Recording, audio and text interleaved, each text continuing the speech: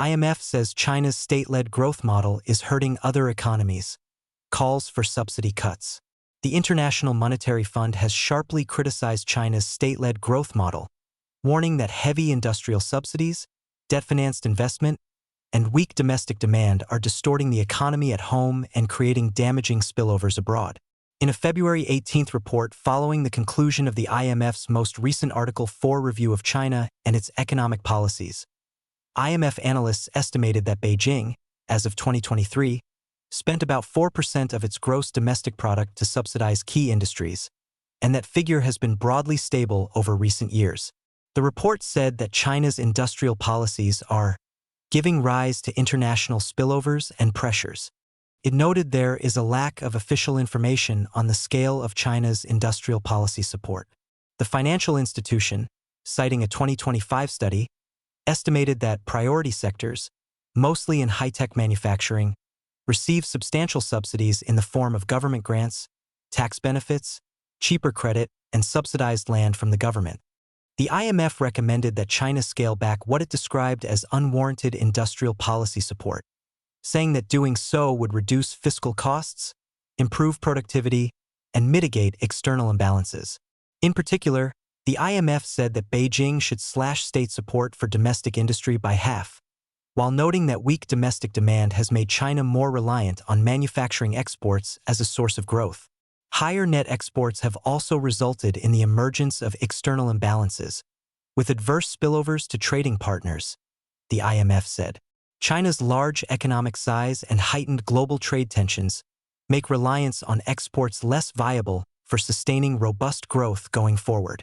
Criticizing China's state-led and debt-financed investment and excessive industrial policy support, the IMF said an overarching priority should be for the country to transition to a consumption-led growth model, urging a comprehensive and more forceful response, combining fiscal support with structural reforms. Such a policy package will tackle China's internal imbalances while also reducing external imbalances, the IMF wrote. Among the broader structural reforms recommended by the IMF is a call for reducing off-budget investment by local government financing vehicles and reducing debt buildup. Without more forceful reforms, the IMF said, China risks slower growth, persistent deflation, and mounting financial vulnerabilities. Debate over scale of distortions. Some economists say the IMF's estimate may understate the scale of support provided to domestic industries.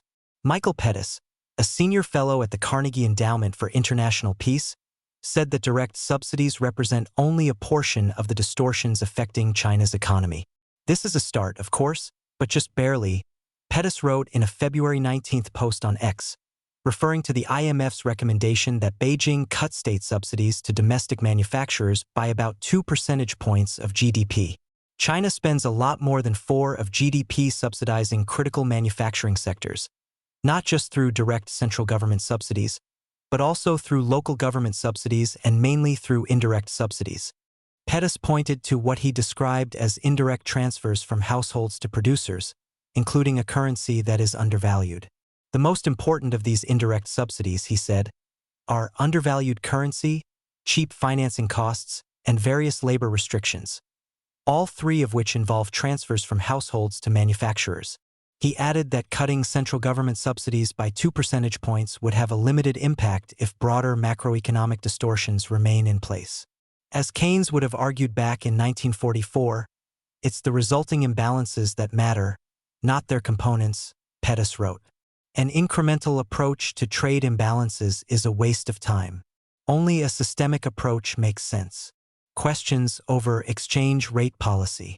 The IMF report also addressed exchange rate dynamics, noting that low domestic inflation has contributed to the real depreciation of the Chinese yuan. Some analysts say the IMF's treatment of China's exchange rate management was incomplete.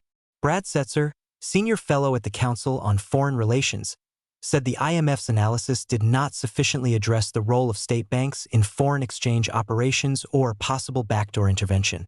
The IMF's analysis of China's exchange rate management remains thin, Setzer said in a post on X, adding in another message that it just isn't plausible to ignore backdoor intervention. He said that China can and does target its exchange rate, and that its current account surplus may be understated by at least 1 percentage point due to changes in balance of payments methodology introduced in 2022 that he said do not accurately reflect investment income.